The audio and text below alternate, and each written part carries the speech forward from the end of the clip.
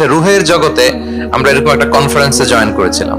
সাইয়েদনা আদম আলাইহিস সালামের পৃষ্ঠদেশ থেকে যারা আমরা বনি আদম হয়ে পৃথিবীতে আসবো তাদের রূহগুলোকে একত্রিত করে আল্লাহ এরকম একটা কনফারেন্সে কভেনেন্ট করেছিলেন, চুক্তি। তিনি আমাদের জিজ্ঞেস করেছিলেন যে আলাস্তু বিরাব্বিকুম, আমি কি তোমাদের রব নই?